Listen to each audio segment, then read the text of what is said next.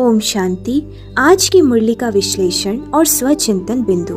बाबा ने मुरली में आज एक महान उद्घोषणा की है। बच्चे, आखिर वह दिन आ ही गया, वो दिन जब भटकती हुई आत्मा को भगवान मिलते हैं, वो दिन जब अंधकार के बाद ज्ञान का सूरज उदय होता है। आज बाप ने आत्मा को उसकी सच्ची पहचान दी। तुम ही वो उत्तम ते उत्तम पुरुष थे जो अब फिर से पुरुषोत्तम संगम युग पर बाप की गोद में आकर देवता बन रहे हो। विश्लेषण है, पहला, जुआ आत्मा की हार का गुप्त द्वार यानी भ्रष्ट कर्म का प्रतीक। मुरली में बाबा ने कहा, बहुत मनुष्यों को जुए की आदत होती है। हार से दुख, जीत से खुशी, यह माया का खेल है। जुआ एक प्रतीक है भ्रष्ट संकल्पों, स्वार्थी कर्मों और समय की बर्बादी का।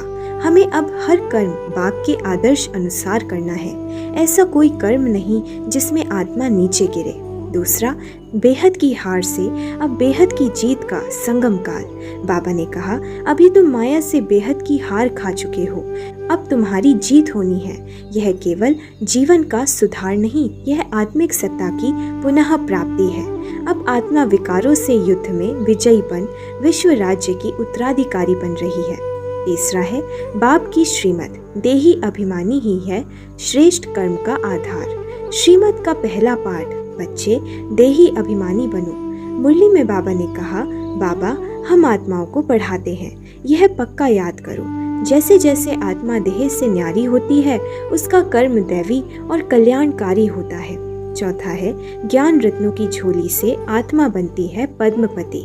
बाबा ने कहा, यह एक एक रत्न लाखों रुपयों का है। इस ज्ञान से तुम साहूकार बनते हो। यह ज्ञान ही वह अलौकिक दान है जिससे आत्मा की झोली भरती है, भाग्य बदलता है और जन्म जन्मांतरों की संपदा तैयार होती है। पांचवा है, होली हंस बनो, हर आत्मा में शुभता देखो। सदा शुभ भावना और श्रेष्ठ दृष्टि रखने वाले ही होली हंस हैं। होली हंस की पहचान है, किसी की कमजोरी नहीं देखता, हर आत्मा को बाप का बच्चा समझता है, अकल्याण में भी कल्याण देखना जानता है। स्वचिंतन है, क्या मैं बाप द्वारा बताई गई पहली श्रीमत देही अभिमानी बनने का अभ्यास पूरे ध्यान से कर रहा हूँ? क्या मेरा व्यवहार आत्मिक स्थिति से प्रेरित है या देह अभिमान अब भी हावी है? अच्छा, ओम शांति।